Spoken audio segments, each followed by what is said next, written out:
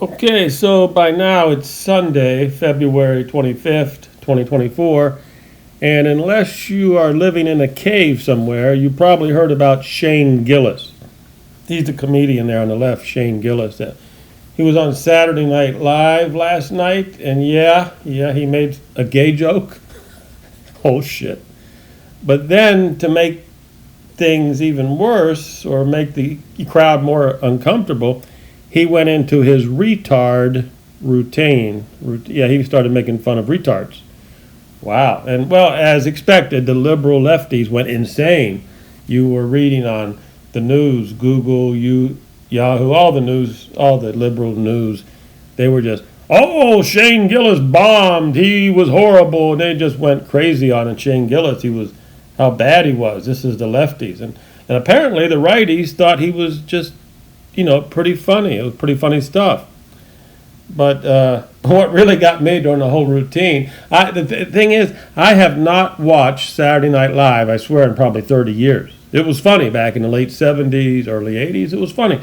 I literally have not watched Saturday Night Live in 25, 30 years. It's just not funny for me. Because look at the girl on the right, that redhead. Do they let young redhead girls in the band now? But she's in the band in the background. And the funniest part of the routine was every time Shane was making a joke, this redhead was burning lasers into his back of his head with her eyes and her facial expressions. I mean, she was just horrified. She was so mad and angry. And you got Shane making these silly jokes and his redhead's ready to, put lasers in the back of his head. You got to watch it. It's funny stuff. And you thought she was the cool. You remember when you were gay? You see her on the right there? I mean, look at that expression. It's like, oh God, that expression killed all. And through the whole routine, we got to watch this redhead, and her head's about ready to explode. Here's another joke when he goes into his retard routine. My niece has Down syndrome, and I thought that was going to get a bigger laugh. Sorry, the band's breaking up. So I guess I'm a big fan now of Shane Gillis. I've looked at some of his other stuff, and his jokes are not really for TV. I guess they're for nightclubs. And one of Shane Gillis's inspirations, what made him get into comedy, was Norm MacDonald. And I'm a big fan of Norm MacDonald. And so you know why he's a fan of Norm MacDonald. Here you go.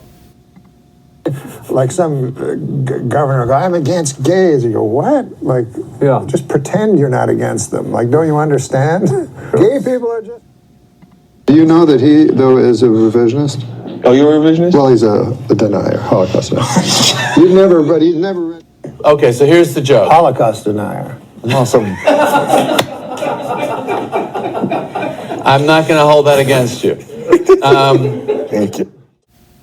So I got to thinking, I mean, why don't we drag Kanye West into this mess? I mean, he's over in Italy right now, and he thinks he's safe in Italy. But really, is anybody safe from comedy? I mean, you could be in Timbuktu, and people could be making jokes about you. So I'm not smart enough to make up any jokes, so I thought I would go to AI. So I went to this AI site that creates AI videos, and I thought maybe I could make the AI tell me a good joke about, Kanye West tells a joke in New York, and I thought it would be real funny, but I waited, and I waited, and I waited.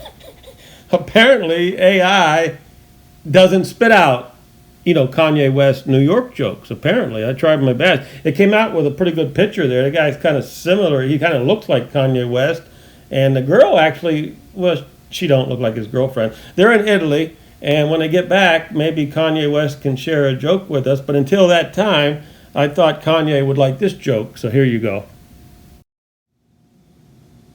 He got it. He really liked it. Yeah. This is my Jew flattening machine. It'll flatten any Jew. Simply climb behind the wheel, drive it towards a Jew, and flatten him. Could you also use it just to drive from place to place and stuff? It's a Jew flattening machine. It's not what it's designed for. But you could use it that way. Yeah, you could. You could also use the Mona Lisa as a placemat. God.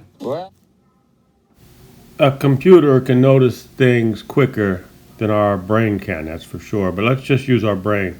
You see, this is a conservative couple.